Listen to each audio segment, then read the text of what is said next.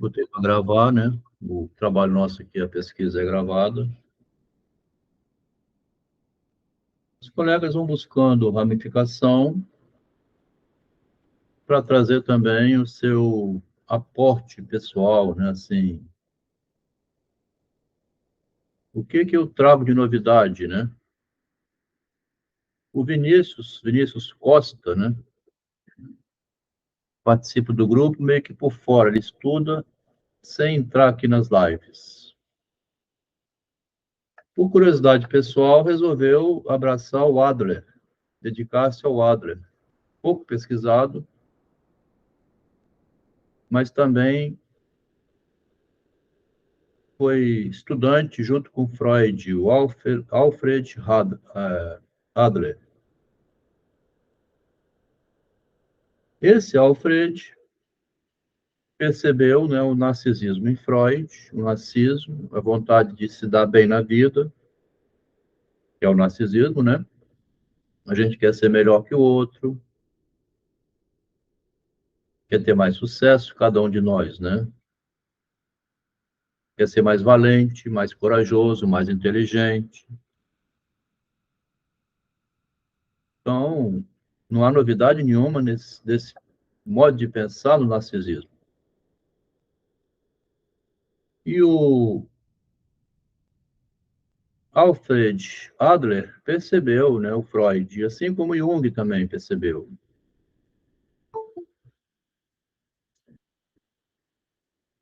Boa noite, Ana. Quanto tempo, hein? A Ana trouxe também, a Ana comenta muito assim no privado, ela evita ou não tem participado do grupo, mas ela trouxe um ótimo comentário sobre o Salomão.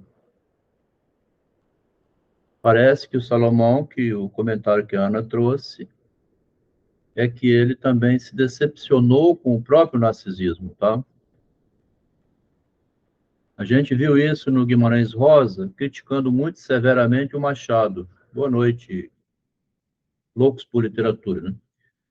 A gente viu essa decepção, né, com o próprio narcisismo em Drummond, né, criticando o Machado, em Guimarães Rosa, pisando muito no Machado de Assis. Então a gente viu como que esses pensadores quebraram a cara, né, decepcionado com o próprio narcisismo. Esse comentário que a Ana fez do Salomão, eu não tinha pensado dessa maneira, tá vendo? Nós estamos estudando junto, né, para ver se distribui conhecimento, assim, compartilha o que vai descobrindo. A Ana trouxe um comentário que não sei se os demais colegas já tinham, né? Aquela vaidade das vaidades do Salomão seria ele gritando contra ele, né? Vaidoso, vai no espelho e grita consigo próprio, né? Metido a besta também fala assim, né? Ah, Delmo, deixe de ser metido a besta. Essas frases que são para denunciar essa manobra que a gente faz com a gente mesmo, né? Então, o colega Vinícius Costa está investigando o Adler. Eu achei interessante, porque eu nunca li nada do Adler, né? E o que que o Vinícius trouxe, assim, já na produção dele pessoal, que a Ana Patrícia é uma produção dela, né? Dizendo que o Salomão, então, vaidade das vaidades, que é o primeiro pecado capital, responsável pelos demais, o gordo, né? O obeso, ele esnoba porque ele come muito. O avarento, né? Ele esnoba porque ele guarda o dinheiro todo, não gasta nada. O preguiçoso é aquele que esnoba porque não trabalha. Trabalhem vocês, eu não vou trabalhar. A luxúria, né? Eu quero gozar, quero, né? Quero ter prazeres eróticos que seja, né? A libertinagem. São todos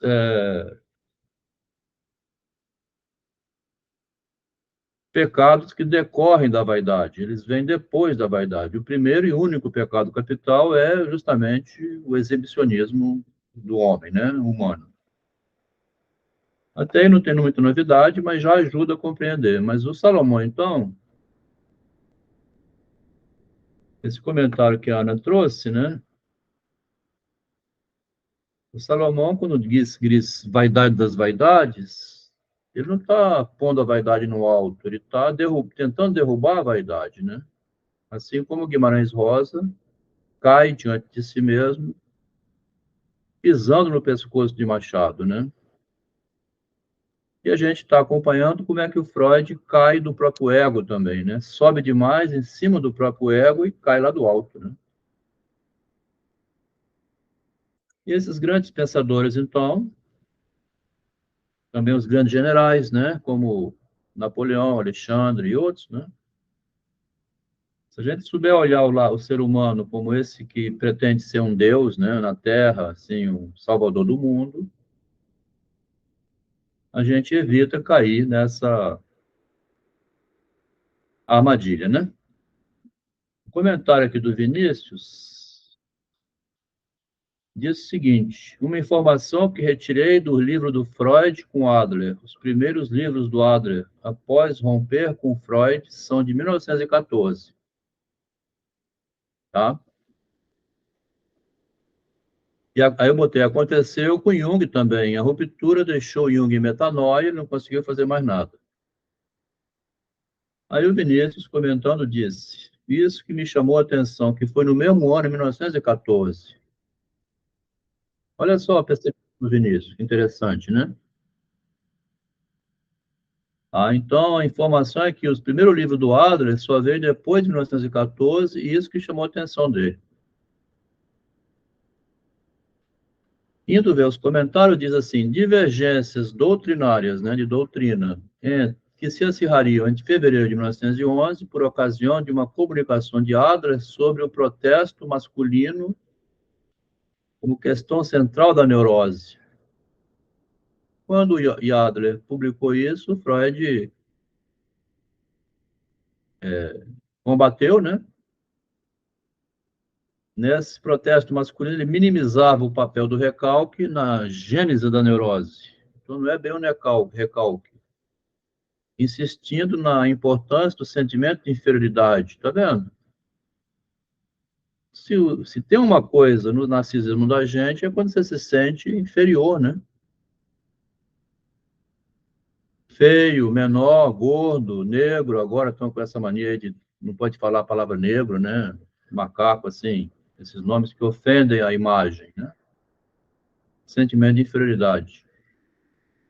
Do ponto de vista do Adler, então ele via o narcisismo uma perspectiva diferente.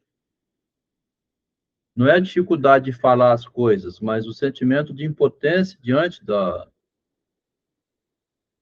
Continuando, né? A inferioridade narcísica ficou latente, né? O Adler segurou isso quando o Freud brigou com ele. E o Adler ficou precavido, né? Quietinho, ficou em silêncio, porque a psicanálise estava se avolumando, a gente está assistindo isso lá no domingo. E o Adler, ficando pequeno, quietinho, né? Decidiu, então, ao que parece para mim, né? Retornar ao cenário quando tudo desabou em 1914. Por isso que ele voltou a publicar. Tá vendo que interessante? Você se sente mal, assim, passado para trás, seu marido te largou, você não quer namorar com mais ninguém, ou o aluno ficou reprovado na escola, não quer mais estudar, foi demitido do emprego, vem depressão, não quer trabalhar mais. São sentimentos de inferioridade que você precisa de um tempo para se recompor, né? O narciso que tem em mim precisa disso. Então ele diz, né? O Vinícius Costa estudando nessa perspectiva. Aqui nós voltamos ao Freud, lá jovenzinho, né? Para ver como é que o Freud quer vencer na vida. Aqui na carta que a gente leu na quinta-feira anterior, uma das poucas cartas que eles puseram aqui o original, tá vendo? Aqui essa carta, que tem o original, a cadeirinha que ele fica sentado, o quartinho dele, que ele estuda, né? A enguia, que ele quer descobrir o sexo da enguia, né? Dos animais, faz a dissecação, né? Eu observei aqui Porque essa cartinha mais na frente, ela é mais clara, ó. Vou aumentar um pouco para a gente ler, né? Querido Gans, ó, tá? Muda de paradeiro, ó. O Freud escrevia em português, assim, espanhol. No meio também tem, esperando aqui, ó. Essa cartinha dele, que é essa aqui, né? Querido Berganza, estou muito surpreso.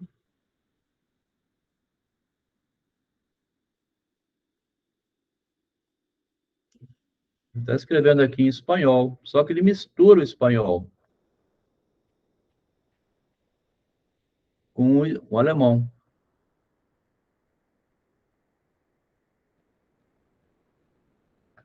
Então, nós vamos ler essa carta de hoje.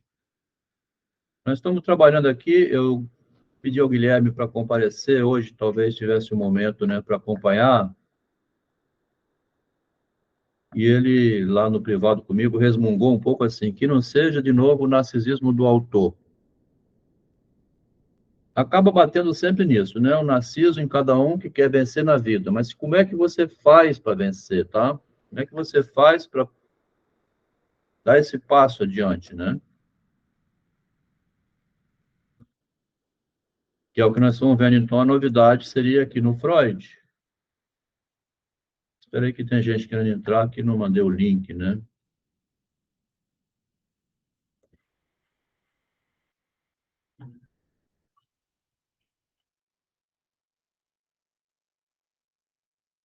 Jael vai entrar aí agora, esqueci de mandar o link.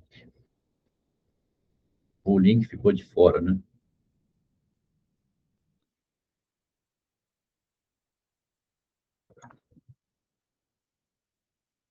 Então tá, vamos continuar. Então, aqui numa carta, a carta já é então de abril de 1876, ele vai fazer em maio, 6 de maio desse ano aqui, vai fazer 20 anos de idade, o nosso jovem Freud. Querido amigo, tua carta me deu muito mais alegria do que está dando oportunidade de respondê-la.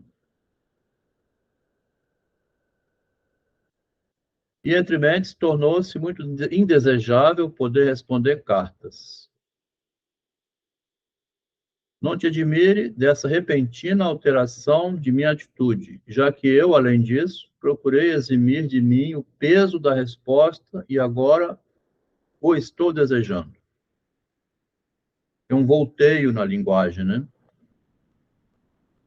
Esse volteio que ele dá quando, ao dizer que quer, também não quer. A minha disposição de espírito, de acordo com uma lei natural válida para mim, tá? Ó, mudou completamente. Não consigo permanecer em lugar algum e nem me ocupar de alguma coisa até o fim. Eu gazeteio regularmente as preleções quando estão chegando aos últimos transes, não estamos falando aqui das anteriores. E da impaciência, e de impaciência, gostaria simplesmente de desaparecer quando tenho de passar os últimos dias em algum lugar. Aqui a gente tinha lido no quarto anterior, Guilherme, o Freud vai fazendo 6 anos de medicina, tá? 6 anos, né? Imagina você no curso de economia, eu estou com meu filho lá fazendo arquitetura. No ano anterior aqui, o Freud estava extremamente empolgado. Ele ia entrar para o doutorado em filosofia, doutorado também na área de medicina. Ele queria 2 doutorados em vez de um. Não era suficiente, empolgou demais. Aqui deu depressão nele, ó. Minha disposição de espírito, de acordo com a lei natural válida, para mim, né, mudou completamente. Não quero saber de mais nada. Estou desanimado com o estudo, né? O que a gente vê agora em 2021, então, 2023, assim, uma depressão com a universidade, não é coisa de agora, tá vendo? Não consigo permanecer em lugar nenhum e nem me ocupar de alguma coisa até o fim. Eu fico gazeteando, fico, né? A impaciência, eu gostaria de desaparecer. Quem nunca teve esse sentimento, né? Eis como agora, quanto a mim, estão as coisas entre estes. Os belos dias de Aranjuez, que é uma menção a Schiller, né? De acordo com uma lei natural, ele fala, tá vendo? Interessante observação, né? Uma lei natural válida para ele, né? Mas para qualquer um de nós. Os belos dias de Aranjuez também já não são mais há muito tempo belos. Ele está elogiando Schiller, né? Leitor de Schiller. Os belos dias que eu lia os poemas de Schiller também já é uma merda. Eu não quero ler esses poemas também porcaria nenhuma, não. Joga essa merda fora.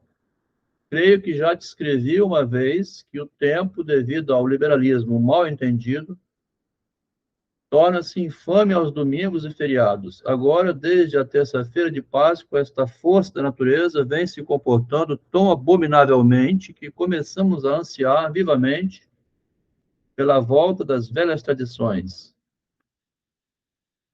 O que eu trouxe aqui, que tinha convidado outros colegas que estão ocupados, né, também, quinta-feira à noite. O que eu trouxe aqui, assim, que é interessante, que você vai ver, para quem já atendi muito em consultório, tá? Como é que você reanima alguém assim, né, para baixo? Como é que você reanima, né? Como é que o Freud se auto-reanima ele mesmo, tá? Então ele fica fazendo assim, ele vai se autoestimulando à medida que ele vai escrevendo, tá? Assim que a gente vê o processo terapêutico funcionando na própria escrita do Freud, tá? Eu me empolgo com o que eu mesmo escrevo. Agora que eu estou escrevendo, mas quando eu trabalhava, eu me empolgava com a minha produção, né? Como engenheiro, né? Como comerciante. E como é que eu me empolgo? Aqui ele diz assim, zombeteiramente, do Eduardo. Eduardo, ele é advogado, né? Político. Mexe com a política, né? Mais pro lado político da sociedade, né? Então ele diz, devido ao liberalismo, domingo torna-se infame, os feriados também. Por quê? Porque o liberalismo, a política, né? Ele fica zombando, dizendo assim, a política faz mudar o tempo também. Vê? Todo dia chove, ora suavemente, ora torrencialmente, o céu, em geral, de um azul maravilhoso, à noite, um azul rubro, alaranjado e violeta, provavelmente também pela manhã, costuma estar dormindo quando o sol nasce. Agora cobriu-se exatamente como descrevem os romancistas de um cinzento uniforme, e as pessoas ficaram fazendo o melhor que podiam, que é ficar molhada e se saudar com a sábia observação, uma observação idiota, então, a que se chega facilmente. Que mau tempo hoje, ou também, muito mau o tempo de hoje, ou que porcaria de tempo quando estávamos sós. É verdade que a cada dia se dava a culpa de um outro vento, outra vez, agora, por exemplo, entrou Lula, né? Outro vento entrou, saiu o Bolsonaro. Uma vez o Siroco, outra vez o Borra ou qualquer outro, etc. Mas como este traz chuva e aquele outro também traz chuva, para nós era bastante indiferente essa mudança. Enfim, chovia e nas ruas ia se formando aquela substância que tem muito em comum com o protoplasma, que os italianos, não sei como, mas que nós, os germanos, denominávamos de fortíssimo nome de Draco. Um tempo desses deixa as pessoas doentes, rouba os seus olhos a luz e as suas mãos o material zoológico. Roubar o material zoológico é porque, com essa mudança de tempo, o Freud não tinha material para fazer experimento lá na medicina. A gente já leu isso, né? Parece tomar uso da figura de linguagem, né? Parece tomar uso da figura de linguagem, personificação para se expressar. Pouco, né? Se apoia na figura de linguagem para botar o sentimento dele para fora, né? Loucos por literatura, trabalham com a literatura, tem mais facilidade de interpretar do que qualquer um de nós aqui, tá? Um tempo desses, de pessoas doentes, então, né? Porque nesses dias os pescadores não saem, por isso não apanham nada e o mercado de peixe parece tão rico como aí para nós no Schanzer, no domingo, Segunda, terça, quarta, quinta. Sábado, em resumo, em todos os dias da semana, com exceção da sexta, como se diz no catálogo de cursos. Pois os peixes e outras bestas, quando faz mau tempo, simplesmente não saem de casa. Os tubarões e as arraias permanecem nas suas alcovinhas no fundo do mar, porque aqui o Freud, nessa carta, ele vai entrar na embarcação e vai sair para fazer um passeio. Já que ninguém traz o peixe, eu vou lá buscar. Os tubarões e os peixes, assim, é usado para fazer experimento de dissecação de corpo, né, de cadáver, né, e não abria o ser humano, assim, tão facilmente naquela época como faz hoje, né. A medicina era incipiente demais, como é que ia cortar o corpo, né, ia atingir uma veia, um nervo, alejar a pessoa, né, então um medo muito grande, como tem até hoje, né. E a insegurança das vias marítimas, os outros vertebrados de inferior organização tomam café em casa ou jogam cartas, e toda a ralé marítima, que no mais só está aí para ser comida ou apanhada, que é uma ralé, né? Todo o bicharedo pelágico que se deixa levar a passeio pelas ondas do Adriático, fatiga todo o seu conhecimento hidrostático para poder submergir e poupar a sua vida para um dia mais bonito. Mas se acontecia uma vez, por engano, haver um meio daquilo, em meio daquilo, a metade de um dia mais bonito, os barômetros ficavam com medo, a estação meteorológica profetizava tempestade, os pescadores, à vista disso, ficavam em casa. É evidente que a tempestade não vinha, apenas chovia, e as cabeças esclarecidas dos meteorologistas, né, tinham de se impor a pergunta se não seria melhor empregar pererecas com habitação e alimentação livres, fazendo as vezes dos profetas meteorológicos, do que manter uma estação meteorológica, tá? O modo como o paciente sofre menos diante da desgraça da vida, fazendo então metáfora, ou poesia, ou ironia, ou essa zombaria que ele faz, isso o Freud tem como propriedade dele, né? Agora, a gente, como analista, você não vai falar isso para o paciente, né? Rapaz, você tem que rir da vida, pegar mais leve. Mas como é que eu vou pegar mais leve? Meu filho morreu. Estou desanimado do trabalho.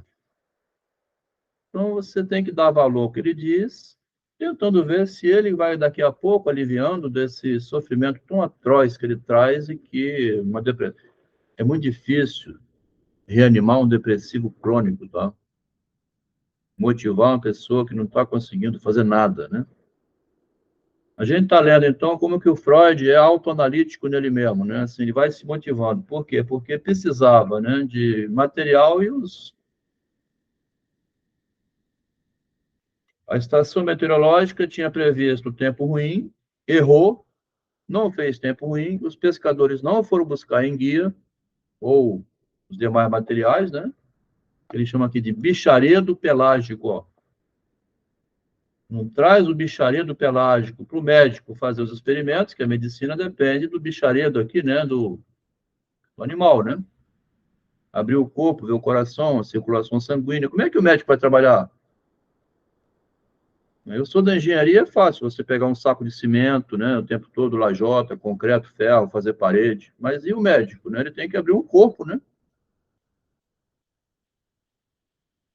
Ele tem que abrir o corpo de algum animal, né, que não seja humano. Finalmente, no sábado, o céu clareou. No domingo de manhã, foram forjados planos de como se passaria a parte da tarde. Pelo meio-dia de domingo, choveu água do céu, hora mais, hora menos, suficiente no total para diluir em alguns graus o teor salino do mar. Um de nós três se encontrava ocupado em qualquer outro lugar. Nós dois outros afrontamos o que havia de ser molhado e mole sobre os quatro elementos, né? Terra, fogo, água e ar. Brinca aqui lá com aqueles gregos, né, antigos. Viajamos, então, ó, aqui ele entrou no barco, né? Viajamos com o barco a vapor para Mucia, um pequeno buraco, maravilhosamente situado. Vão lá buscar esses peixes. Tenho de relatar alguma coisa mais sobre essa excursão, pois vários fatos especiais me deixaram comovido. Ele vai dizer o que deixou ele comovido, tá? Freud vai virando poeta enquanto é estudante e trabalhador. Para te ensinar a ter respeito pela cidade de Mucia, onde ele está indo, né? Chego às médias res. Na grande praça de Mucia, tão grande quanto o meu quarto, né? Ele tinha mostrado um desenho do quartinho dele. Uma casa apresenta um animal. Ô, Jael, boa noite. Chegou um pouquinho na frente, mas 8h30 ainda, tá tranquilo. Começamos a ler agora, tá? Está no momento em que o Freud, desesperado porque não tinha material nenhum para fazer os trabalhos de medicina, ele então entra no mar para buscar ele mesmo material. Então ele chegou num lugar chamado Mucia.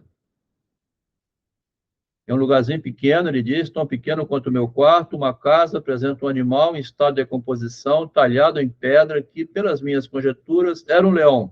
Abaixo havia a data, 1444, e ao lado uma enigmática inscrição, que prefiro apresentar no texto original do que segundo a minha adaptação. Então ele vai falar aqui o texto original em latim, ó. Ele leu, né? Ele chamou um leão, com a data de 300 anos antes, uma inscrição, como tem, né? A gente vê os monumentos com inscrição. Então ele fala que aqui eu não sei esse latim, né? Mas tem, eu acho, na nota de rodapé. Não é, o conteúdo da inscrição na estátua que está aqui, né? Não é importante para nós. Ele diz aqui que tem, então, um nome próprio, que esqueci, nobis monumenta relicti Andreas ipsi meritis suis clarior vir.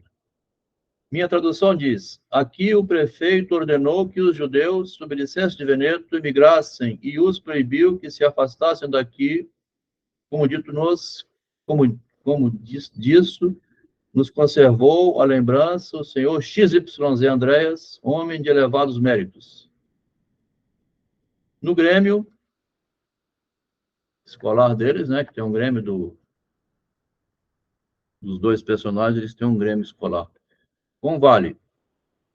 Irás conseguir decifrar algo mais. Basta. Como vês, isto é a antiguidade. O fundamento da cidade é formado por um muro aqui e ali, com ruínas de prédios, restos. Você chega numa vilazinha dessa, uma aldeia, o Freud chegando, né, naquele tempo, começa a fazer um rascunho, assim, de como é a geografia, tá vendo? O passeio, né? Quando você faz turismo, você vai numa cidadezinha que você nunca viu, o fundamento da cidade é formado por um muro aqui e ali, com ruínas de prédios, restos de portões, em cujos monturos, nas mais estranhas formas, as casas dos odiernos, né, os de hoje, mugianos, esta é a ortografia correta, foram edificadas. O muro é o resto da antiga fortaleza, os prédios pertenciam a um mosteiro que, em alguma época qualquer, foi desmantelado pelos franceses.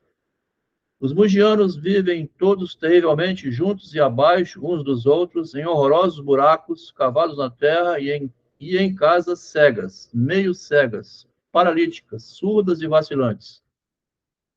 Ele transforma, então, o modo como ele observa a realidade. A gente vem lendo dessa maneira aqui, Guilherme. A gente vem lendo dessa maneira.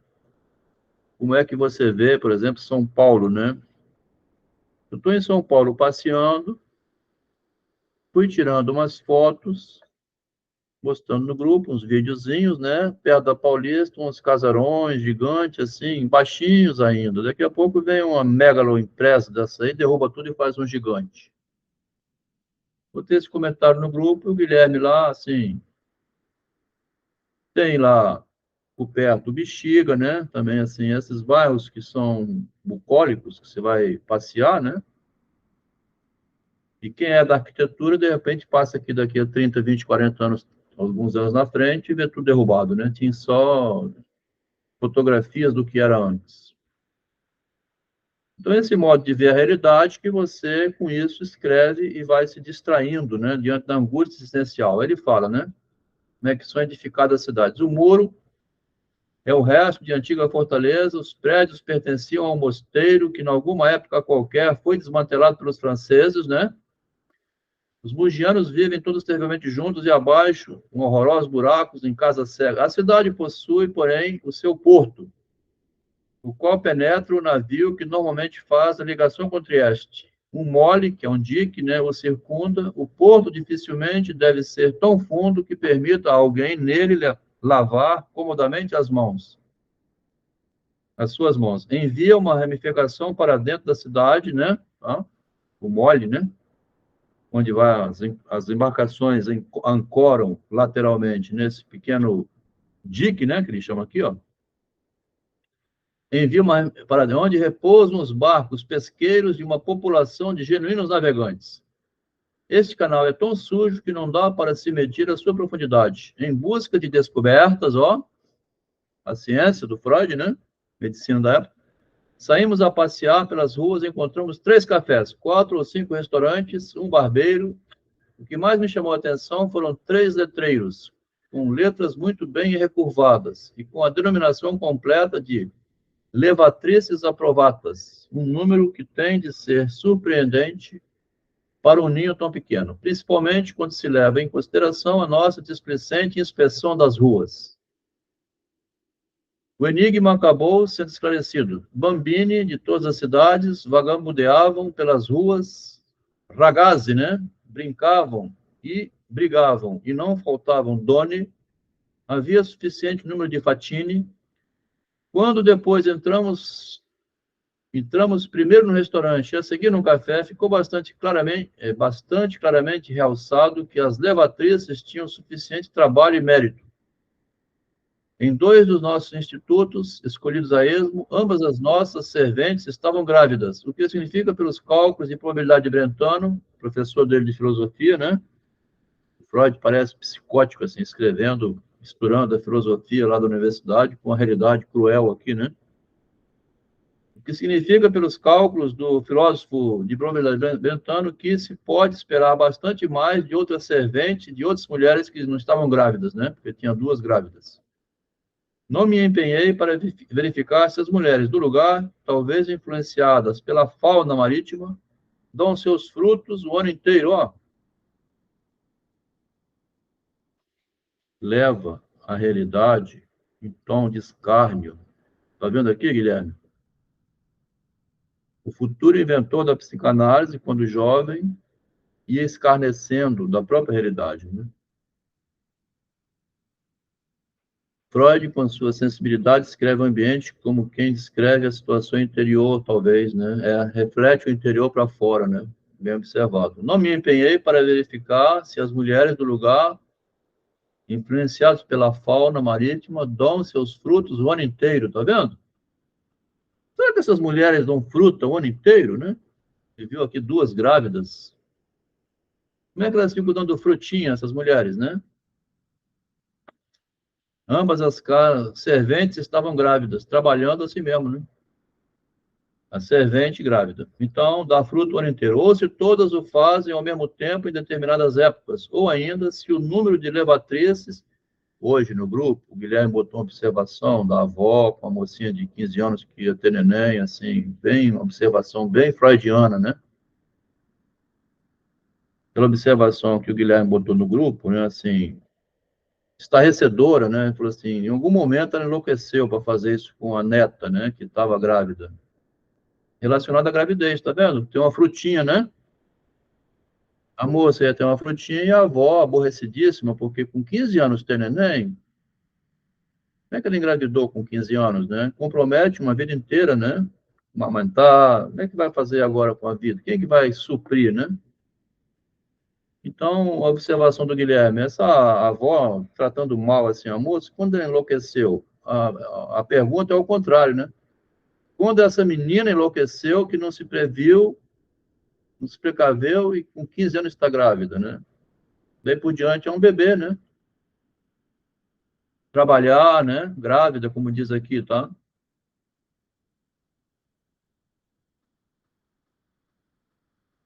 Serventes estavam grávidas, né? A observação que o Guilherme trouxe é um pouco parecido com isso aqui. Você observa a realidade, escreve essa loucura para ir botando para fora um pouco também, né? Não me empenhei para verificar se as mulheres do lugar, talvez influenciadas pela fauna, né, então os animais, também botam seus frutos o ano inteiro, ou se todas o fazem ao mesmo tempo em determinadas épocas, ou ainda, se o número de levatrizes se multiplica periodicamente, questões que são deixadas a futuros biólogos. Mas interessante, agradável era que as moças... Boa noite, Bruno. Bruno é estudante de engenharia de computação, primeira vez que vem, convidei para vir, porque eu também me formei na área de computação, engenharia, né? Hoje migrei completamente, estou estudando outra coisa totalmente diferente, que é o jovem Freud, com 20 anos de idade, como que ele, mais ou menos assim, zombava da realidade para poder ir tocando a vida e tentar fazer o nome dele, né? Com 20 anos de idade aqui, Bruno, o Freud era um estudante de medicina, tá? Aqui ele está sofrendo na busca por o quê? Por material que é necessário fazer na aula de anatomia de dissecação de corpos vivos. Tá? Abrir um corpo vivo no ser humano é um problema, você pode cortar um nervo, furar uma veia, aleijar alguém. No defunto, você não vê a circulação sanguínea, você não vê os órgãos funcionando por dentro. Então, há uma dificuldade também no meio médico em pegar corpos vivos, abrir um rato, né? Eles fazem muito experimento com rato, né? Às vezes pega o cachorro também. Enfim, e como não chegava de modo nenhum, Freud foi buscar o material. E nisso que ele vai buscar, ele encontra uma região muito pobre, né? Que é da onde compram esses materiais, né? Adquirem para experimento médico, né? E quando ele vai buscar onde adquire, ele vê uma pobreza que dói o coração, né? Mais ou menos esse é o ambiente aqui. Mas o interessante e agradável era que as moças e as crianças, nasquelas velhas muralhas em ruínas, fossem as Saibelle, né? Italiano aqui, né? Açaí Belli, né? Bastante lindas, né? Via no meio desse inferno todo moças lindas, né? Mulheres, né? A metade belezas interioranas, as próprias mulheres tinham um porte gracioso, tá? Como Freud não tinha namorada, né? Acabava olhando para umas mulheres para lá e para cá, também com um olhar de homem, tá? Elas tinham um porte gracioso, né? Anda para cá, anda para lá, umas engravidaram, né? Enquanto que entre esta a correspondente classe da população, no que diz respeito à beleza, é bruta. É verdade que no primeiro dia de minha estada em Trieste, me pareceu que Trieste era povoada exclusivamente de deuses italianos, tá? No início ele só via musa, né? Lindas mulheres, o que me deixou tolhido pelo medo, mas quando no dia seguinte saí pelas ruas cheio de expectativas, já não pude mais encontrar nenhuma e desde então uma bela dona passou a pertencer às mais raras coisas que via nas ruas. Então já não via mais porque ele tornou o quê? Habituado a ver aquelas mulheres, então acostumou, né? No início eram deusas, depois, e desde então uma bela dona passou a pertencer a uma coisa rara, não via mais nenhuma. Agora em Mogia, né? Ele está fazendo um contraste entre Trieste, que é então um lugar nobre, né? Com um lugar miserável, tá? Uma favela, né? Então, se lá em Trieste, no início ele via deusas, depois viu mulheres comuns, e aqui em Mogia? Em Mogia, porém, como disse, as mulheres são mais bonitas, sendo a maioria estranhamente loiras, o que não harmoniza nem com a origem italiana, nem com a origem judaica. Eslavas, essas pessoas também não são. Não possuem conhecimento algum de idioma, tá vendo? Agora, como chegamos ao restaurante e ao que se passou conosco ali. Então, vamos falar do que aconteceu no restaurante. Entre este, haviam nos recomendado o Carlini. Quando você chegar lá em Mogia, procura o Carlini, tá? Portanto, a uma certa altura de nossa caminhada, eu em italiano, o meu colega em eslovênio, perguntamos onde é que fica o Carlini? Estão com fome, né? O Carlini é aqui, disseram.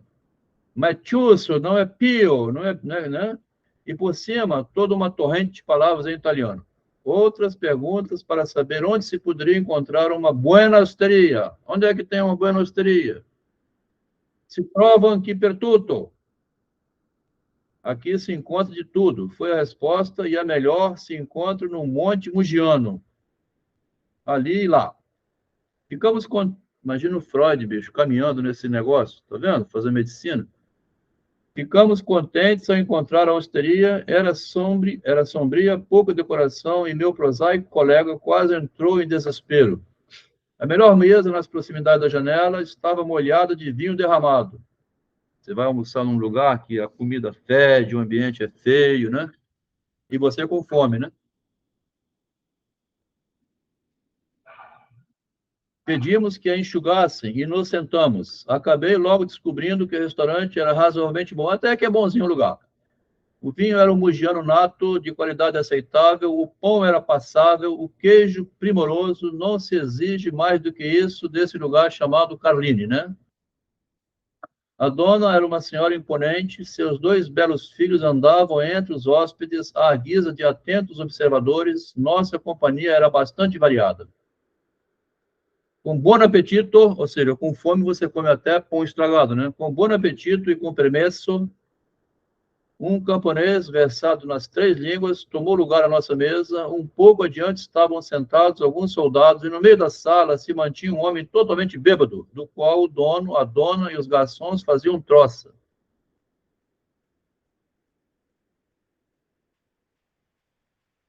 Ele já não tinha mais dinheiro e queria continuar bebendo. Eles lhe apresentavam uma garrafa, punham na mão dele: toma aqui a garrafa, você quer beber mais?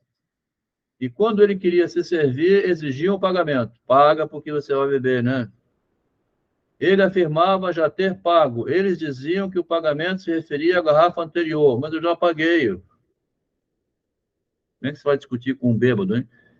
O pobre diabo ficava então arrazoando sobre a maldade das pessoas e se lastimavam por ter perdido a sua bolsa. Aqui lembra muito o Homem dos Ratos, tá? É um personagem que fica dizendo: mas eu já paguei, eu já dei o dinheiro do óculos, tem que voltar na estação. Foi para outra estação, o óculos extraviou, ele queria. Tem que ler o Homem dos Ratos. Quando ele se aquietava, perguntava. O Homem dos Ratos é de 1905, 30 anos depois. Quando ele se aquietava, o bêbado, né, perguntava a ele novamente se ainda queria beber. Quer beber ainda? Entre mentes, as crianças o injuriavam e lhe abriram a porta para ser posto na rua. Depois de termos ficado sentados por algum tempo, a sala ficou ainda mais animada. Três galinhas juvenis, um cão estúpido e uma magnífica gata branca com manchas e traços marrons amarelados deram. Você imagina só o seguinte: o Freud vai num lugar desse, tudo isso impressiona a mente, tá? Depois ele volta, é um analista, tá vendo? Interessante, né? Louco por literatura. Ele vai ao ambiente, quando ele volta, ele senta numa mesa para escrever o que viu lá. Alguém aqui faz isso, né? Vamos perguntar: Ana, você já fez alguma vez isso? Você vai num bairro, Jael, Guilherme, né? Assim, você, hein, Roberto? Você vai num bairro lá em Madureira tomar uma cachaça no boteco, depois você chega em casa e faz uma filosofia. Ele observa o ambiente, tá? E como isso incomoda, né? Assim, o mundo incomoda a gente, né? Ele trabalha subjetivamente escrevendo, né? Como é aborrecido, né? Aí veio um homem idoso, pediu esmola, depois uma mulher velhíssima e pediu esmola também, e a seguir a porta aberta deixou que entrassem conjuntamente dois colegas de mesmo ofício, um jovenzinho com um acordeão, uma mulher com uma guitarra, que ela trazia num saco grosseiro. O rapaz era muito pequeno e se acocorou num banco, encarregando-se da maior parte do barulho. A pobre mulher, provavelmente sua mãe, né, mãe do rapaz, tinha as feições tão pálidas, olhos fundos e nariz pontudo, era tão mísera a sua aparência. Parece o Dostoiévski escrevendo lá o Crime e Castigo também, aquela escada que o rapaz, o Raskolnikov sobe para pagar e entra na sala, no quarto, né, tem uma velhota assim, feia pra caramba, que ele pede dinheiro a ela. Um jovenzinho com um acordeão. O rapaz era muito pequeno. A mulher costuma escrever o que vê, Adelmo, e com detalhes. Isso aí. Geralmente narra, né, Ana? As escritoras, então, né? O feminismo hoje reclama demais, assim, por que que as mulheres não escreviam, né, assim, não publicavam? Porque também, se você publica, assim, essa grosseria toda, é um pouco reprimido, né? Ah, fale de coisas bonitas. Vai falar desse inferno feio que é a realidade, né, dessa maneira?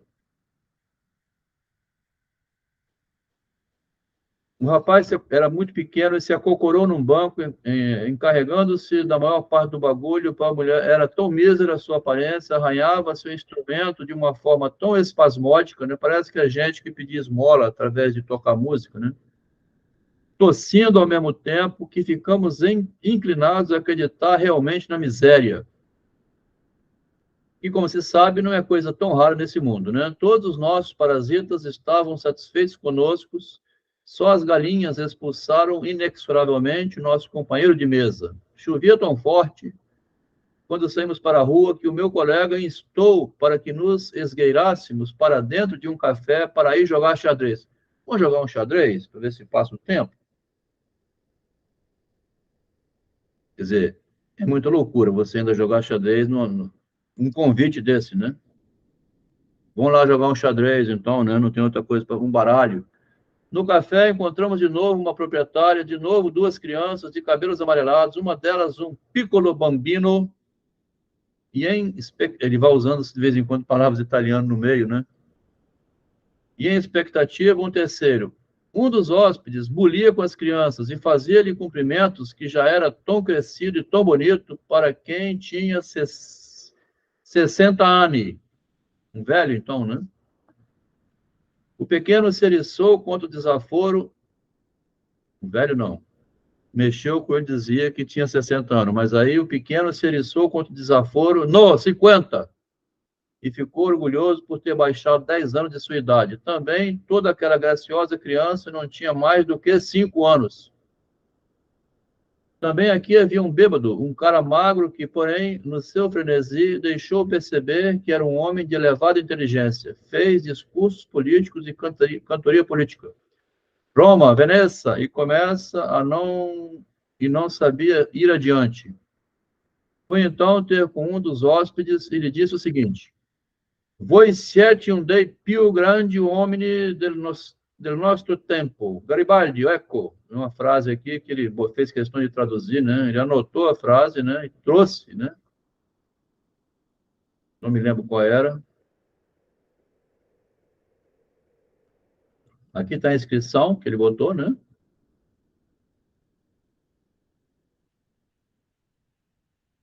Vós sois um dos maiores homens do nosso tempo, Garibaldi. Eis tudo. Aqui no sul do Brasil tem lugar chamado Garibaldi, né?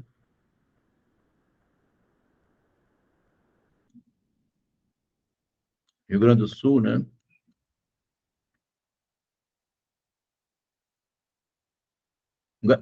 Então, essa frase do Garibaldi. O homenageado se inclinou e agradeceu a honra que lhe fazia. De vez em quando, a dona do café pegava o moço e o fazia girar várias vezes sobre o seu próprio eixo, pelo que ele, em bem comedido discurso, infelizmente incompreensível para mim, lhe agradecia. Ficamos jogando scate e dama até chegar às 7 horas.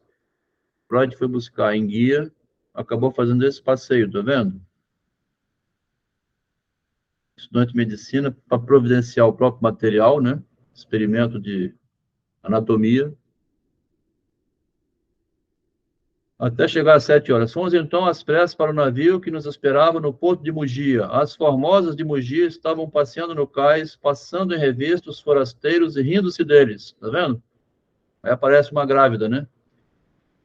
Uma bela mulher com uma criança extremamente simpática que tinha visitado seu tio em Mugia e que dele receberam de presente um pintinho todo. Vê que pintinho é esse que ela recebeu de presente, né? Todo amarelo, guardado num vasoleto, o qual passou toda a viagem gritando de dar pena sempre que o beliscavam. Foram a nossa companhia. Dei à criança alguns crustáceos que havia apanhado na praia e me despedi dele com um beijo, como se for uma espécie de tio. Um cargo que, afinal, me fora dado em Manchester. Ele lembra quando esteve na Inglaterra, que chamava ele de tio Freud. Segundo todas as probabilidades, vamos partir daqui na quinta-feira. Na sexta-feira, entre 6 e 7, estarei em Viena. Minhas saudações. Tá? Nós estamos lendo quem era antigamente, o que veio a ser depois, o famoso Freud, né? Aqui dá um salto grande, ó. Lá estava em antes de maio, que já deu 6 meses, está em 4 meses na frente, tá vendo? Aqui também tem assim, mútil sois surpreendido que não habéis mudado de paradeiro, esse livro aqui agora que eu estou trazendo hoje em espanhol misturado, tradução português. Querido Berganza, estou muito surpreso que vós não haveis mudado de paradeiro, pois vossa carta vem datada de Viena. Aqui então uma cartinha só burocrática, tá? Escrevei-me logo, pois estou à espera de... Aqui já voltou, já passou 4 meses à frente, aquele experimento todo, né?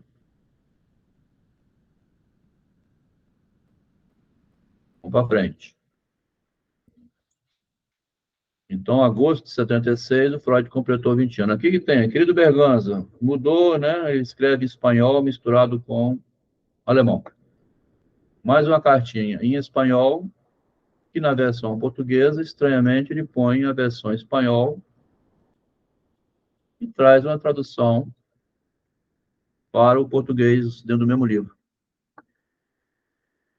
Querido Berganza, então vós vos transformaste no Marte?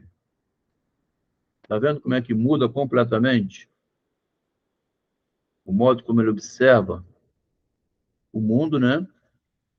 Aqui aparece agora uma descrição em escritório já, né? Estudante, não está mais naquele ambiente totalmente... Um ambiente que toma a gente, né? Então, vós vos transformaste no Marte? Quereis saber, após esta vida, quereis talvez, após esta vida, ser canonizado santo? Me dá a impressão que eu leio, Ana, assim como a gente lê a Bíblia, Salomão, né? Tem esses mitos que escreveram Bíblia, né? Isaac, enfim, os santos que escreveram. Eram homens comuns, né? Me dá a impressão que o Freud, assim, ele tinha uma habilidade tão grande com a língua, que ele fez aquele relato antes, né? E ele tem esse vislumbre, assim, de ser canonizado santo, tá? Falando do outro, mas ele tem nele também essa ideia de posteridade que a gente vê no Machado desde novinho, tá? O Machado, com 20 anos, disse assim, eu vou ficar para após a morte. Eu vou ficar, né? Publicou um texto chamado Os Imortais. São escritores de livros, né? Parece que o Freud também tinha isso em mente. Não é a primeira vez que a gente vê essas insinuações, né? Quereis, talvez, após esta vida, você também ser canonizado santo? O que não deveria ser tão difícil, quando se pondera que hoje em dia o grande Cristóvão Colombo está para ser canonizado. Aqui embaixo, no rodapé, fala que propuseram naquele ano canonizar Cristóvão por ter descoberto, né, novas terras. Ele que nada fez, mas fez do que descobrir uma outra terra, tá vendo? Mas no futuro ele vai dizer assim, a terra do inconsciente que o Freud descobriu, tá? Lá na frente. Ele usa a metáfora assim, uma região inexplorada, né? Tá? Tem uma associação, ele tem essa percepção da realidade fora dela, né? E viu outro mundo, então, né? Ele que nada fez mais do que descobrir uma outra terra, mais bela e mais feliz, com que se acabou com o Papa e a Igreja. E vós, quem imolou sua saúde no altar do direito canônico? Tá vendo? Machado não era judeu, mas deve ter lido a Bíblia, pois a cita muito em seus textos. É verdade. Parece, então, Ana, de vez em quando você traz essa observação, que ele também via ele como um escritor bíblico, né? Ele fez uma Bíblia diferente, né? Que é uma psicologia dentro da literatura, deixando um legado para a posteridade, né? É possível, então, que você comenta isso de vez em quando, eu nunca tinha pensado por esse lado. É possível que ele, nessa curiosidade bíblica, tivesse buscando lá também, assim, como é que eu faço para ser igual a eles, né? Para ficar como um escritor para depois, né? Não um santo, mas de alguma maneira, né? homenageado, né? E vós, quem imolou sua saúde no altar do direito canônico para saber e tornar público ao mundo como se vê. Esses homens que escreviam, isso aí, esses homens que escreviam assim, que tinham um poder sobre a linguagem acima do mortal comum, que somos nós, né? Esses homens, eles tinham uma coisa assim, além da existência finita que acaba e morre, né? Eles tinham uma visão do mundo que queriam deixar alguma coisa, tá? Santo Agostinho, então, nem se fala, a gente já leu, né? Então, tem esse lado brilhante, né, que a gente vai ver, assim, como que você se diferencia, tá? Não precisa ser o Neymar, né, assim, mas como é que eu me diferencio, né? E fala de imolou aqui, tá vendo? Sua saúde, né, imolar a saúde, ó, no altar do direito, tá vendo? Ele fala que o amigo que foi estudar direito, né? Entregou a vida sua, você entregou, né, para estudar e ganhar dinheiro em porta de cadeia, em ser advogado, para saber e tornar público ao mundo como se vestiam os bispos e com que razões podiam desfazer-se de suas sobrinhas usadas. Não terias vós maior esperança do que Colombo? Toda essa fala aqui, ó, a gente pode dizer assim, dessa fala toda, como um prenúncio do que depois ele veio a ser. A gente também fala sabendo que já veio a ser o que foi, né? Mas estou cheio de esperança de que vós ainda estáis longe de ser objeto de refrão. De mortuis, olha o tamanho aqui do conhecimento, né? No meio enfia aqui, de mortuis nil nisi bene. Vamos ver o que é isso, né? De mortuis nil nisi bene. Sobre os mortos, só se deve falar bem. Essa é demais, hein? Olha a tradução. De mortuis sois bene. Dos mortos, vamos falar bem, né? Do meu pai, ninguém fala mal mais, só falava enquanto era vivo. Do Adelmo, só fala mal enquanto é vivo. Depois de morto, vamos falar alguma coisa talvez pior. De mortuis nil nisi bene. E por esse motivo, digo-vos mais uma vez, como anteriormente, já vos disse muitas vezes, que vós estudastes muito as loucas e as tontas, merecendo um castigo que tem de ser suficientemente pesado para que seja perceptível e inesquecível. Tá? Como de Cristo, né? O destino, que é um mestre compreensível, essa frase aqui é machadiana, o destino é um mestre compreensível. Faltou um S aqui. O destino é um mestre compreensível. O Machado fala, o destino, que é o acaso, o caiporismo, é o autor das nossas vidas, tá? Fala do Machado assim. Tem muita gente aqui que veio só por acaso, né? Ninguém pegou um bilhetinho, lugar nenhum, e fala assim, não, um dia na vida falou assim, um dia eu vou encontrar um tal de Adelmo, um dia eu vou encontrar que governa a vida da gente é o acaso, né? O acaso, Machado diz, é o autor das nossas vidas, né? A frase do Machado aqui está no Freud, ó. O destino é um mestre, tá? Parece que ele percebia, então, nesse movimento dele na realidade, ia para um lado e para o outro, não é eu que escolho o que eu faço, tá? O eu não é senhor da vida dele, então, da experiência, tá vendo como ele diz? Desde cedo isso. Quem governa a mim mesmo é o destino, né? Encontrei uma pessoa e fui embora com ela, por exemplo, quando eu tinha 23 anos de idade. Separei de uma mulher e fui com outra. Quem botou aquilo na minha vida, hein? Foi Deus, tá? Depois me largou, entende? E eu estou aqui tentando compreender, então, a partir do destino que governa nossas vidas, né? O destino é um mestre, né? Tá vendo, Guilherme? Quem é que vai dirigir? Você vai estar onde quando tiver com 40 anos? É. Então, é o destino que governa você, não você que governa o destino, tá? O destino, você, né? Eu saí da Martins Fontes, passou um cara assim, te levou meu celular. O destino é o acaso, né, que te tira do sério, né? Que vos impôs, portanto, e com razão, copiar 1000 vezes a fonte de Constantino, mas ficai com o vosso castigo, nós temos de falar de uma outra coisa. Em primeiro lugar, Aqui vai dizer o tempo todo que tem um problema, ó. Foram apagadas várias palavras, não dá para ler a carta. Esse garrancho, né? Fica rasurado. Em primeiro lugar, que não dá para ler, que faleceu Fernando Cabaleiro. Aqui o tradutor agora está falando do inferno, que é também ir lá ler esses garranchos e tentar aproveitar ainda alguma coisa que ficou jogada, né? Aqui já é o sofrimento do leitor, de quem está tentando, né? Em primeiro lugar, foram apagadas várias palavras. Faleceu, bota a interrogação que não entendeu, não conseguiu, né? Você entende isso aqui? Não, ninguém entendeu? Não, então vamos para frente. Nosso autor e filho de um comerciante alemão alta do resto da linha e que passou os primeiros 12 anos de sua infância na Alemanha. Aqui ele vai tentar recuperar um pedaço de carta, né? Um glorioso destino impera sobre esta cartinha, e já começa, tá vendo? A misturar, né? O destino sobre a própria carta, tá?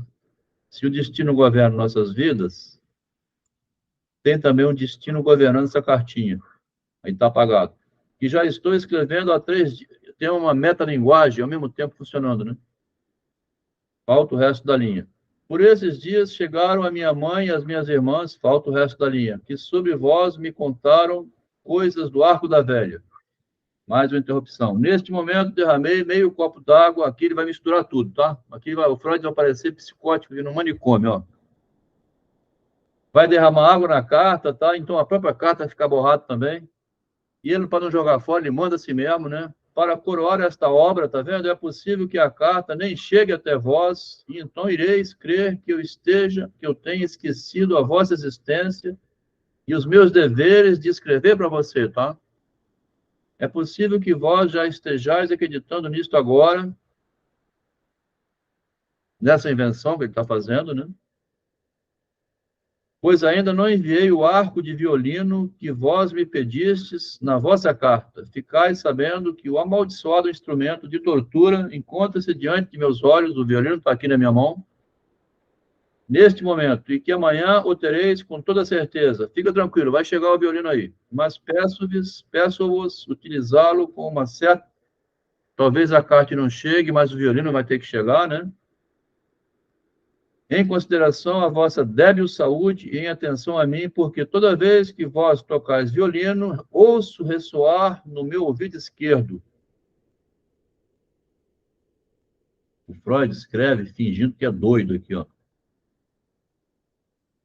Derramou tinta na carta, a carta pode não chegar toda molhada, mas tem um violino que vai chegar e ao mesmo tempo esse violino vai tocar. Quando você tocar, eu vou ouvir aqui com o meu ouvido esquerdo. O cara mora lá em Berlim, o outro mora em Viena. Celular e inocência junto. A inocência a gente perde a vida inteira, Guilherme. Cada vez que se tivesse perdido a inocência ali, tinha ficado doido, mas assim, já estou tão acostumado a perder essa inocência que quando roubaram, eu falei assim, bom, vamos comprar outro. E quem perde um assim, uma primeira vez, né, não suporta, mas quem já está acostumado a levar. Mas aqui o Freud transforma, ó, uma carta que é molhada e rasgada e parece que não vai terminar, derramei tinta sobre a carta, né? Mas tem um arco de violino que eu tenho que te mandar, e você, quando tocar o violino, eu vou ouvir aqui.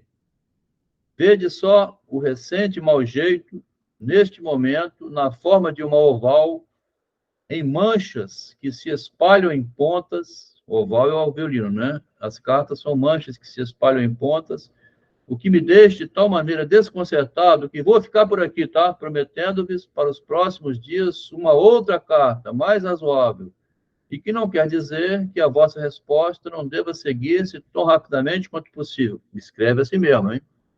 Mesmo que a minha carta esteja toda borrada.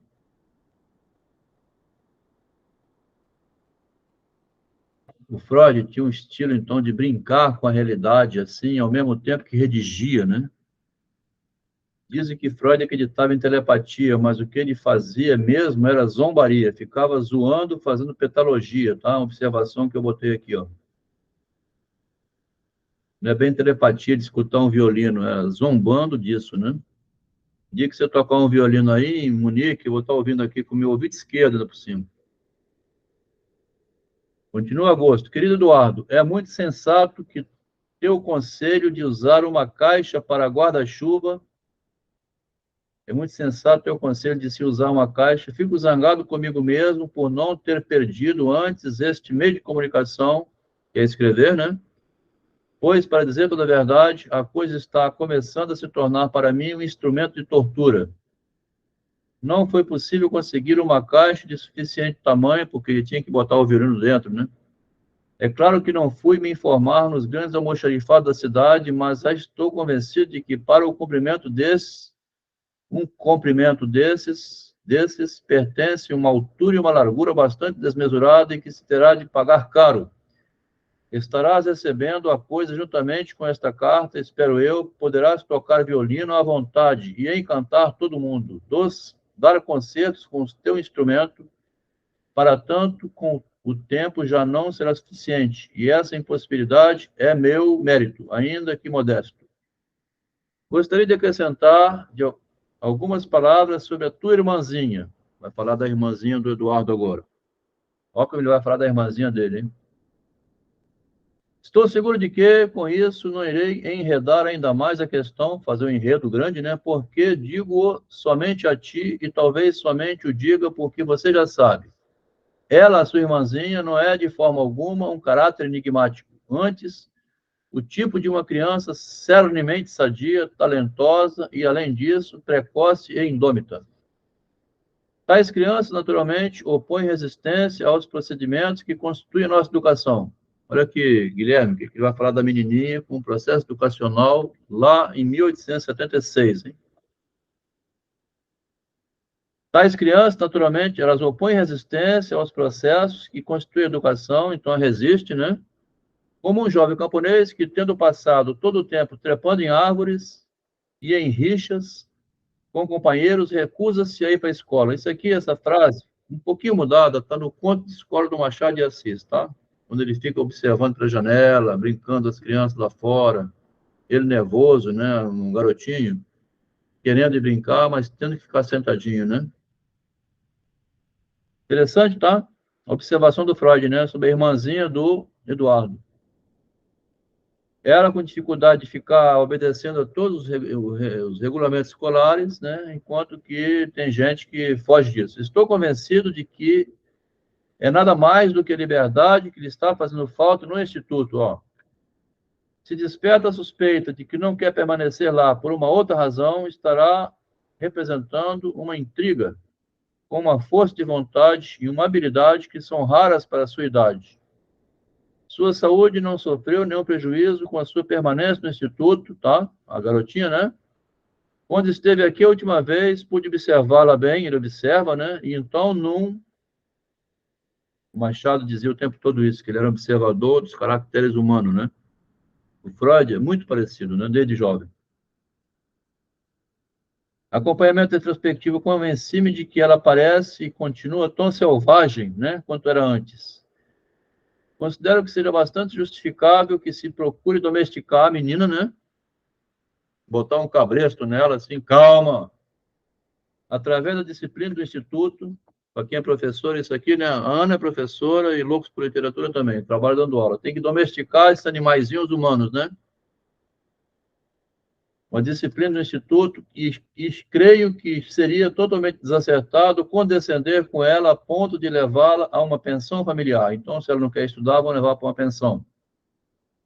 Mas mesmo nisso, tua mãe tem razão por não querer exercer uma coação contínua que só iria atuar destrutivamente sobre uma criança tão organizada. Então é uma menininha direitinha, mas que é rebelde. E por não querer quebrar uma vontade que se originou numa irrepreensível concepção da juventude. A de que a liberdade é melhor do que uma sala de aula, tá? A evasão escolar hoje, né, Guilherme? Você que está acompanhando, professores também, né, que dão aula aqui, né? Como é difícil você ter que aguentar o regaço de uma escola, tá? Vontade de ir embora, né? Na minha família, meu pai teve 8 filhos. Mal sabia ler e escrever o italiano. Usava uma psicologia bem bruta, eu já comentei aqui, mas não custa nada falar de novo, né? Ele dizia assim: aqui na minha casa, ninguém vai andar nu. Roupa eu posso dar. Ninguém vai ficar com fome, um prato de comida vai ter. E cama para dormir também tem à noite. Eu não pude estudar, se vocês quiserem, aproveite. Quem não quiser estudar, pode trabalhar. 8 filhos, 6 fizeram faculdade. Uma irmã minha, muito mais snob, um pouco assim, vaidosa. Pai, não quero estudar mais, agora eu vou trabalhar. Vai trabalhar então, comprar batom, a joiazinha dela, né? Fez segundo grau, contabilidade, foi trabalhar no escritório de contabilidade, ganhava o trocadinho dela e vivia do mesmo jeito. Então, assim, nem todo mundo, né? Porque ela queria liberdade, né? A liberdade é melhor do que uma sala de aula. Olha que frase aqui. O louco por literatura, imprime essa frase aqui, ó. Manda para a diretora, né? Para a sala de aula lá. Vendo? A liberdade é melhor do que uma sala de aula, né? É uma prisão. Mas quem investe pode ter futuro, né? Por isso, não se deveria abandonar as tentativas de acostumá-la a um instituto. E quando ela demonstrar uma invencível aversão contra este instituto, colocá-la então num outro instituto, dentro de outro instituto. Talvez a sua teimosia se dê por satisfeita se alcançar um êxito secundário, algum ganho secundário, né?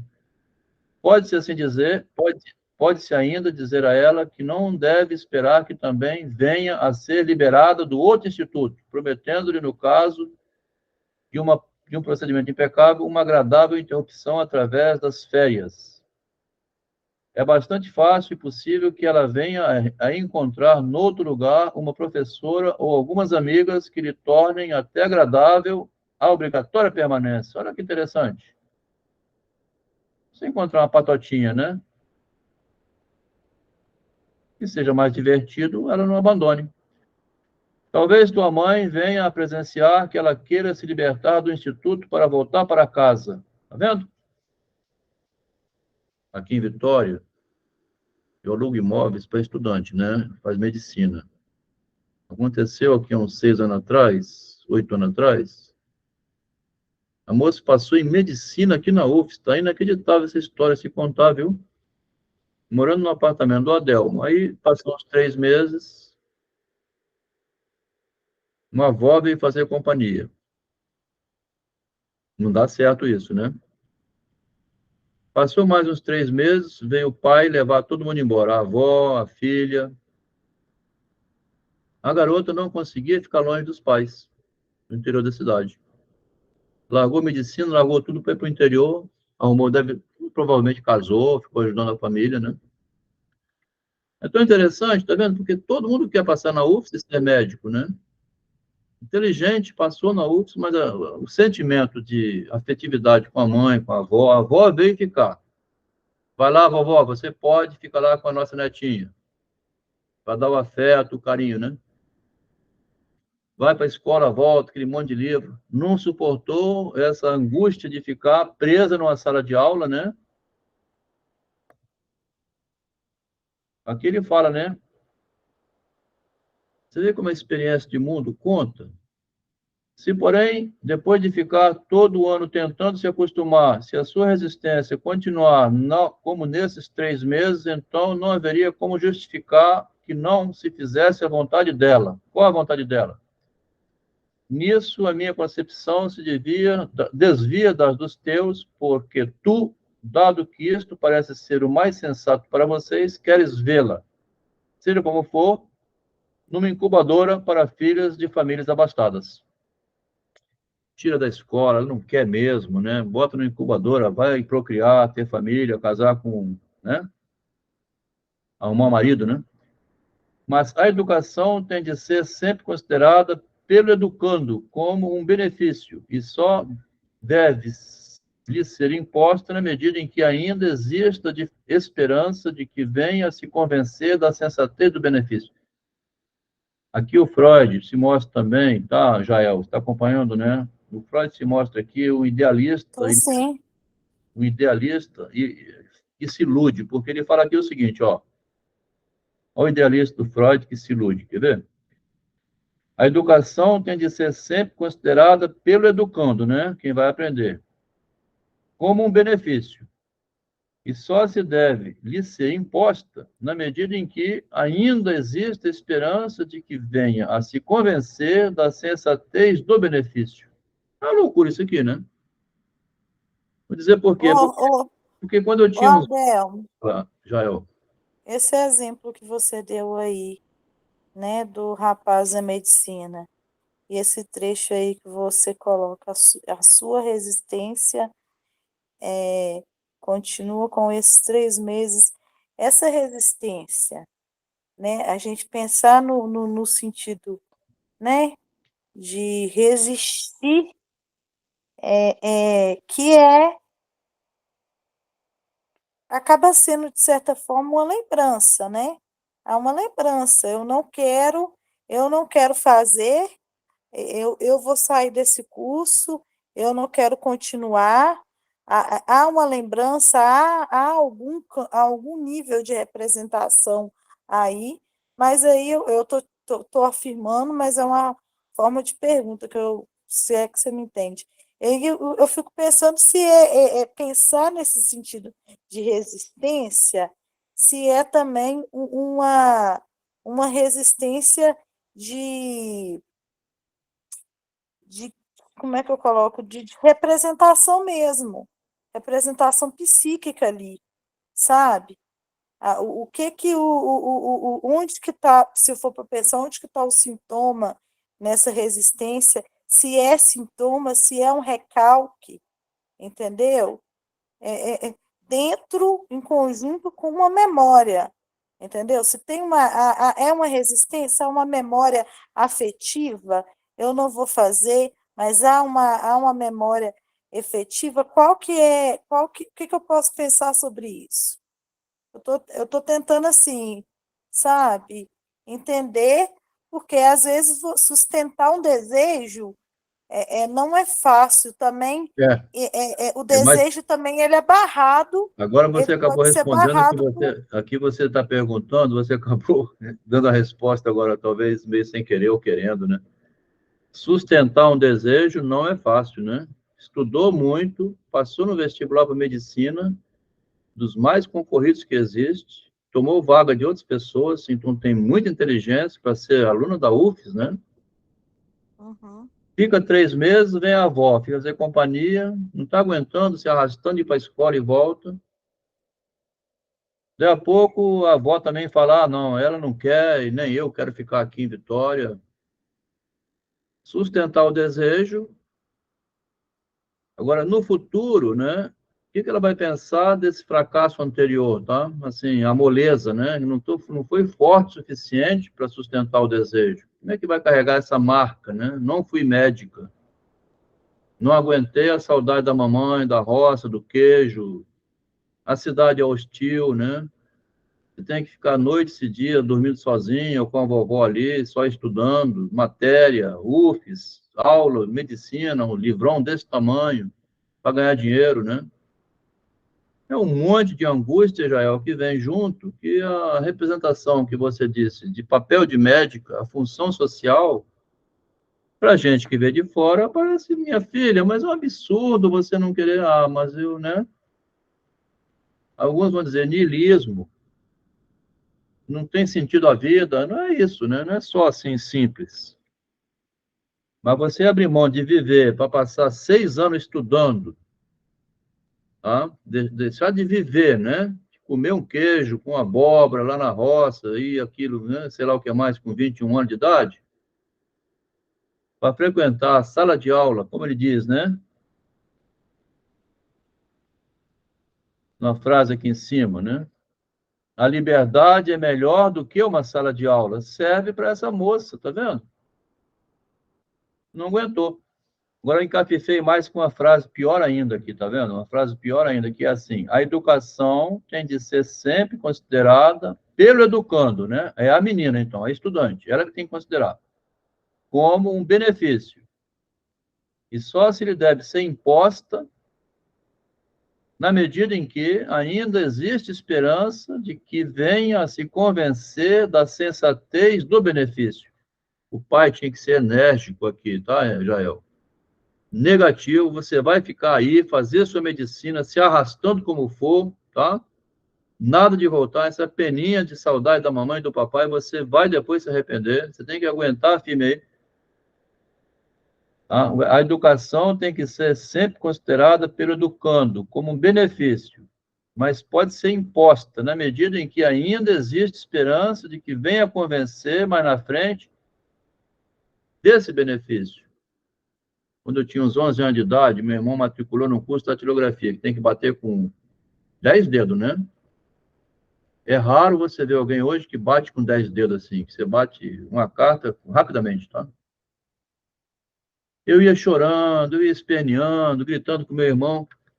Depois que passou esse inferno todo, eu agradeço, né? Porque ele me obrigou a fazer datilografia, porque se eu desse errado em tudo, ia ser datilógrafo, né? Passei depois para a escola técnica, passei para engenharia. Mas eu, com 11 anos de idade, meu irmão mandou fazer datilografia. Pô, obrigou. Irmão mais velho meu, né? A educação tem que ser considerada pelo lado do educando, como um benefício. É bom para você, vai sofrendo, mas vai. E é imposta na medida em que ainda existe uma esperança de que venha se convencer mais na frente, né? Reconhecer isso, né? Lá no meu prédio, um pai chegou falando: Adel,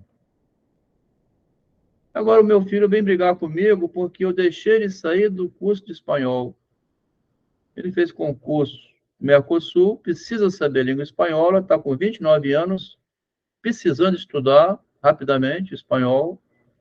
Aí ele veio falar assim: pai, quando eu abandonei o espanhol aqui na UFES, por que você não brigou comigo? Tá? Jael, quem é que vai entender o homem, então, né? Na época tinha que ter brigado com o filho, mas não brigou, não estudou. No fim, veio reclamar do pai que não brigou com ele. A frase de Jael foi: você sustenta o seu desejo?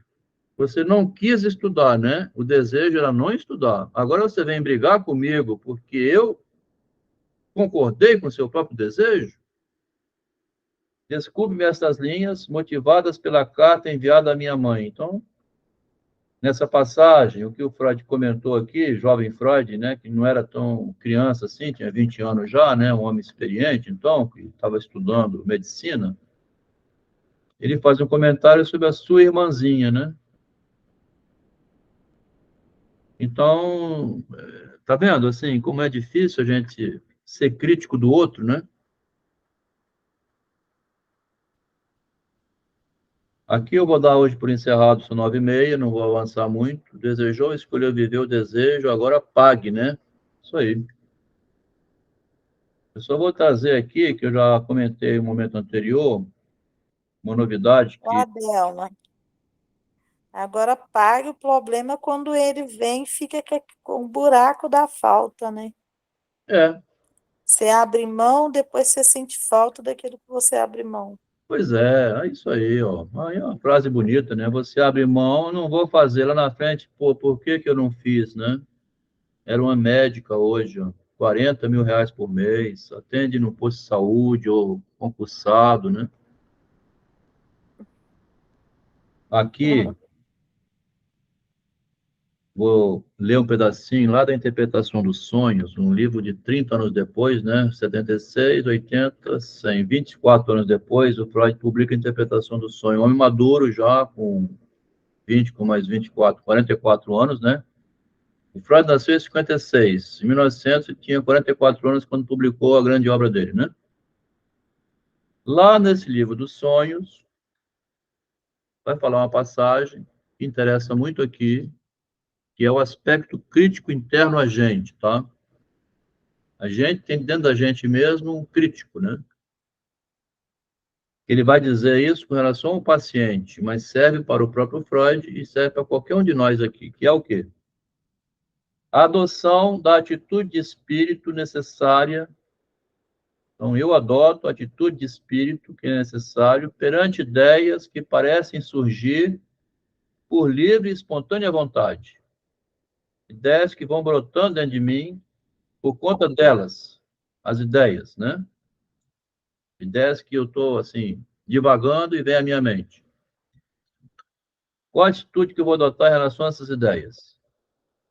bem como o abandono da função crítica, que normalmente atua contra essas ideias. Quero pensar nisso não, né? Fica assim, não quero pensar nisso não. Eu larguei medicina porque naquela época eu não queria, mas o pensamento volta. Parece ser difícil de conseguir para algumas pessoas. Então ele fala, pensamento involuntário que estão aptos a liberar uma resistência muito violenta que procura impedir seu surgimento. Uma ideia quer vir e você quer abafar, tá? A confiar no grande poeta e filósofo Schiller, contudo, a criação poética, ele está falando aqui do ponto de vista da poesia, e o Freud mistura poesia com tratamento do sintoma, né? O poeta vai dizer, libera isso. O que o Freud sugere no tratamento é que você mande o paciente fazer igual um poeta, né? Por isso que ele cita o poeta. A confiar no poeta Schiller, contudo, a criação poética deve exigir uma atitude semelhante e igual, exatamente igual. Num trecho da correspondência com Körner, o Schiller escreveu, e quem achou essa correspondência foi o Otto Rank, 1º de setembro de 1788, olha só, 122 anos antes do Freud publicar o livro. Então, aqui é citando Schiller agora, não é Freud mais ninguém, é um poeta, né? Como é que o poeta Schiller publica o que ele faz, as obras dele? O fundamento da sua queixa parece-me residir na restrição imposta por sua razão à imaginação. A razão impõe a imaginação. O quê? Tornarei minha ideia mais concreta por meio de uma similitude. Parece ruim e prejudicial para o trabalho criativo da mente. Parece ruim, então, que a razão, o meu racional, proceda a um exame muito rigoroso das ideias à medida que elas vão brotando. No próprio portal de entrada, por assim dizer. Encarado isoladamente, um pensamento pode ser ridículo, né? Pode parecer trivial ou muito absurdo, mas pode tornar-se importante em função de um outro pensamento que vem depois dele. E no conjunto da obra, né, com outros pensamentos, pareçam igualmente absurdos, poderá vir a formar um elo muito eficaz. Então, tem um elo podre na corrente, né, como dizem, na corrente tem um elo podre. Mas ele é necessário para formar a corrente. Então, ele fala, a razão não pode formar qualquer opinião sobre tudo isso, a menos que retenha o pensamento por tempo suficiente para examiná-lo em conjunto com os outros. Por outro lado, onde existe uma mente criativa, então essa aqui é uma mente que não era criativa, né? Uma mente toda que fica se autocriticando e não consegue fazer nada. Agora, onde existe uma mente criativa, a razão, ao que parece, relaxa a vigilância, tá? Sobre os portais, as ideias entram precipitadamente, e só então a razão inspeciona as ideias e examina como um grupo. Vocês, críticos, ou como quer que se denominem, ficam envergonhados e assustados com as extravagâncias momentâneas e transitórias que estão presentes em todas as mentes, está vendo? Verdadeiramente criativas, e cuja duração, maior ou menor. Então, o comentário dele é assim, se você for crítico demais, você não faz nada. Se você libera demais também, parece um absurdo, né? Qual o meio termo, tá? É isso que na clínica, né? Aquela autocrítica que a pessoa fica balbuciando assim, vou falar, não vou, vou falar, não vou. Ele diz aqui, não obstante o que Schiller descreve como relaxamento da vigilância nos portais da razão, tá uma frase linda, ó. O relaxamento da vigilância nos portais da razão, tá? Nas portas da razão, tem ideias querendo entrar, e a razão deve relaxar a vigilância para falar daquilo, né? A adoção de uma atitude de autoobservação, a crítica, não critica não, vai falando. De modo algum é difícil. Essa moça que abandonou a medicina, lá na frente, né? Ela está cheia de problemas, não engravida, é uma pessoa nervosa, ela ficou com trauma. Ela tem vergonha de falar isso, tá? Para o namorado, né? Para alguém na sociedade. A família sabe, né? Intimamente, dentro da família sabe, mas socialmente fica um trauma que ela jamais vai dizer, né? vergonha de falar que um dia largou medicina porque tinha saudade do pão, tá certo? Da broa que a mamãe fazia, né? Então, o Freud, ele tem, simultaneamente, como ele escreve aqui em cima, ele solta o fluxo da razão, tá? Quando ele vê aquela cena trágica, onde ele vai observar o ambiente, é uma carta também, né? O Freud nunca publicou esse livro. Quem publicou foram os outros depois que ele morreu, né? O Freud não autorizaria ninguém a publicar a vida privada dele, tá? Ninguém autoriza publicar a vida privada, né? A menos que haja necessidade por causa de um crime, né? Investigar um crime. Mas você vê como é que a gente vive nesse impasse, então, Jael, assim, a gente tem na gente mesmo um agente crítico. E devido ao narcisismo, a imagem que você vai passar aos demais, você libera ou não. A gente tem uma imagem que a gente quer preservar, que a gente se autoriza ou não a falar daquilo, né? E Acaba geral, sendo é, acaba sendo uma briga do ego e do alter ego, né? é uma briga do eu interior com o eu social, né? Que seria o superego ou o alter ego, né? Uhum. Então, hoje nós vamos ficar por aqui. Agradecer a quem pôde ficar, né? Tem gente que disse que podia, talvez viria, não pôde vir. A gente continua mais na frente. Agradeço a quem teve paciência para ficar até o fim, né? O Guilherme hoje esteve presente para ver o que tinha de novidade. O que tem de novidade, Guilherme, que a gente tinha que mostrar, assim, como que o Freud foi fazendo com que ele, a obra dele, o narciso do autor, né? Que você reclamou um pouco, espero que a novidade não seja o narcisismo do autor. Não é assim, nesse sentido tão, né, assim, dessa maneira, mas como é que ele construiu o seu sucesso, né? Como é que esse Narciso Freud, né, foi atravessando esse nevoeiro todo, encontrando em Schiller uma citação tão bonita como essa, né? Como que eu me autorizo a dizer essas coisas que eu talvez tivesse vergonha, mas tratando-se de poesia, eu posso falar. E aquele pedacinho que você botou no grupo, que é estarrecedor, né? Como é que a vovó e a neta, né, que está grávida, gerou esse problema, né? E se você for olhar por esse lado aqui, ó, ela quer a liberdade do mundo e não a sala de aula, então eu vou engravidar, né, vovó? A vovó briga com ela, porque ela não vai ter mais a liberdade para estudar tendo um bebê para cuidar, né? Vai ser bem mais difícil a vida dela, não é isso? Então, o trechinho que você falou, assim, como é que você não sei, né? São as escolhas. Agradeço ao Roberto, né, por estar presente aí, o Ricardo, Loucos por Literatura, o Guilherme, a Ana, a Patrícia, né? Eu não tenho esta obra de Freud. Ademar, você não tem? Eu te mando, então, essa obra aqui, né, o livrinho dele de cartas, de juventude, então, de 16 a 20 anos. É uma leitura muito curiosa, Ana, quando você está no tempo livre, assim, quer ver a história privada do gênio, quando ele estava surgindo, né, e como ele fez para ultrapassar todas as dificuldades existenciais, né, para chegar mais na frente. Porque a vida é assim, né, a gente vai trabalhando, enquanto está vivo também, né, sempre se reconstruindo, tá? Caiu o meu mundo, né? Eu vou reconstruir o meu Narciso através do que eu estou fazendo nessa pesquisa, tá? É muita resignação também, né? Você tem que resignar-se, assim. Minha mãe dizia, meu filho, tem que aceitar. Minha mãe foi talvez uma das maiores filósofas da minha vida, porque aos 85 anos, já bem velhinha, cada vez, né, indo mais para o cemitério, né? A própria velhice é uma derrota imposta, né?